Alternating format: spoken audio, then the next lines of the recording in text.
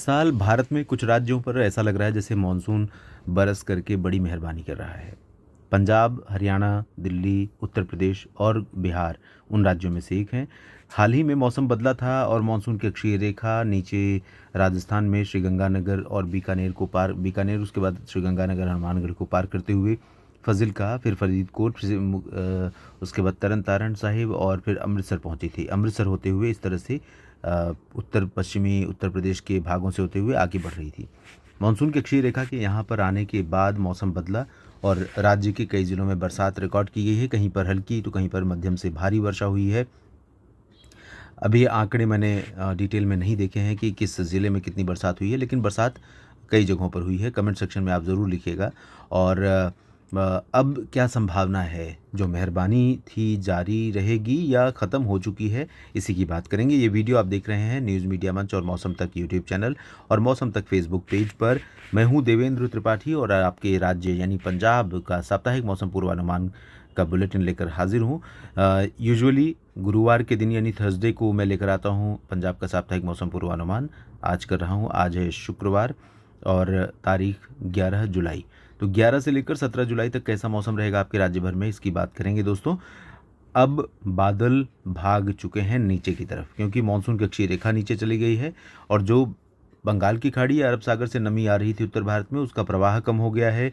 थोड़े बहुत बादल आपको पठानकोट, गुरदासपुर, होशियारपुर, कपूरथला, नवांशहर, रूपनगर, फतेहगढ़ साहिब, लुधियाना, मोहाली यानी चंडीगढ़ और साहिबजादा अजीत सिंह नगर, पटियाला यहाँ पर दिखाई पड़ सकते हैं। थोड़े बहुत संगरूर, मनसा, बठिंडा, श्री मुक्तसर साहिब और फजिल्का में दिखाई पड़ सकते हैं।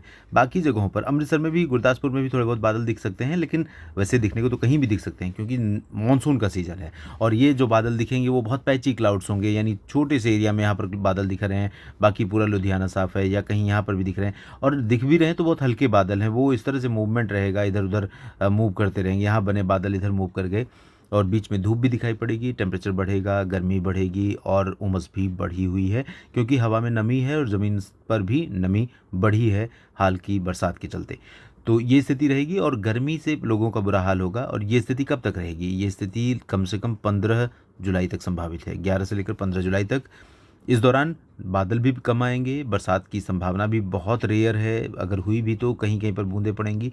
और बाकी 14 से पश्चिमी क्षेत्रों से बादल आने शुरू होंगे। इधर पठानकोट, गुरदासपुर, अमृतसर, तरन तारण, फिरोजपुर, फजिल्का से मुक्तसर साहिब यहाँ पर थोड़े बहुत बादल आने शुरू होंगे। और थोड़े बहुत बादल यहाँ पर दिखने शुरू होंगे हमें जो पूर्वी रीजन है, पटियाला और संगरूर से लेकर साहिबजादा अजीत सिंह नगर, फतेहगढ़ साहिब, चंडीगढ़, शहीद भगत सिंह नगर, नवांशहर, लुधियाना के पूर्वी हिस्से, इन सभी भागों पर भी बादल बढ़ने शुरू होंगे 14 से। 15, 16 और 17 में 15 को बादल पूरे राज्य के ऊपर दिखाई पड़ने लगेंगे और संभावना बनेगी कि पूरे राज्य में हल्की हल्की बौछारें पड़ेंगी। 15 को भी बूंदाबांदी हो सकती है, लेकिन 16 और 17 जुलाई में ज़रूर राज्य के कई ज़िलों पर बरसात होने की संभावना है। भले ही इंटेंसिटी बहुत ज़्यादा तेज़ नहीं होगी, लेकिन हल्की बौछारें कई जगहों पर और कहीं कहीं पर मध्यम बौछारें देखने को 16-17 जुलाई में मिल सकती हैं। पंजाब की साप्ताहिक मौसम पूर्वानुमान के इस बुलेटिन में अभी के लिए इतना ही। बने रहिए लगातार मौसम तक और न्यूज़ मीडिया मंच के साथ। जानकारी ठीक लगे तो वीडियो लाइक और शेयर जरूर करिएगा। धन्यवाद।